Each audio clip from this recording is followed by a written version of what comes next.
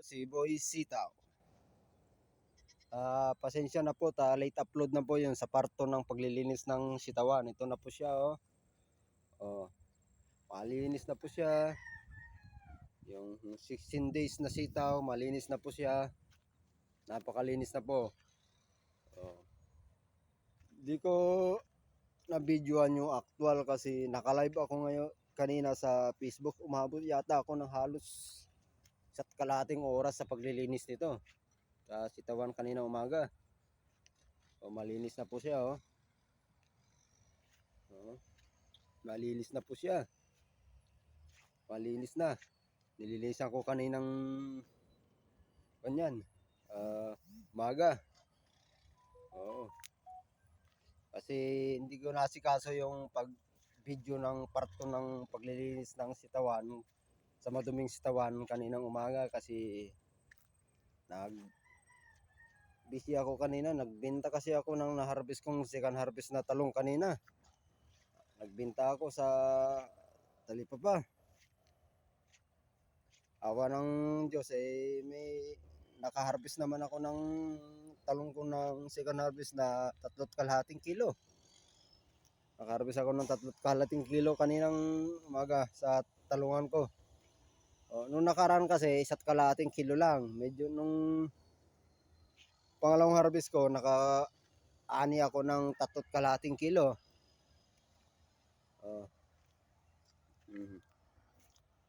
Yan ang malinis na sitawan ko na ngayon. Malinis na. Makikita nyo po mga kaibigan, malinis na. Malinis na mga kaibigan. Ito na yung sitaw na 37 days na. Namumulaklak na siya, mga kaibigan. Namumulaklak na siya. Yung mga bulaklak niya na kaibigan, yan yung 37 days na sitaw. Ni Boy Sitaw. Yan, mulaklak na siya mga kaibigan, yung bulaklak niya, yan.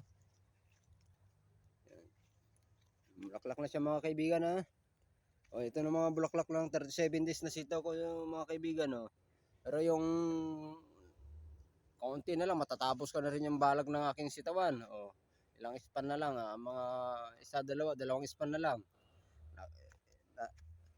Nakakuha na ako, hindi ko natatapos kasi ubusan ako ng tali na panlagay sa ibabaw. Tingnan nyo mga kaibigan, Christmas light pa yung ginamit kong tali sa ibabaw. Yan ang mga napupulot kong mga tali mga kaibigan. Napupulot ko lang yan mga kaibigan sa mga tabi-tabi. Wala akong yan napulot ko Christmas light. Parang magmukha ng Pasko. Kasi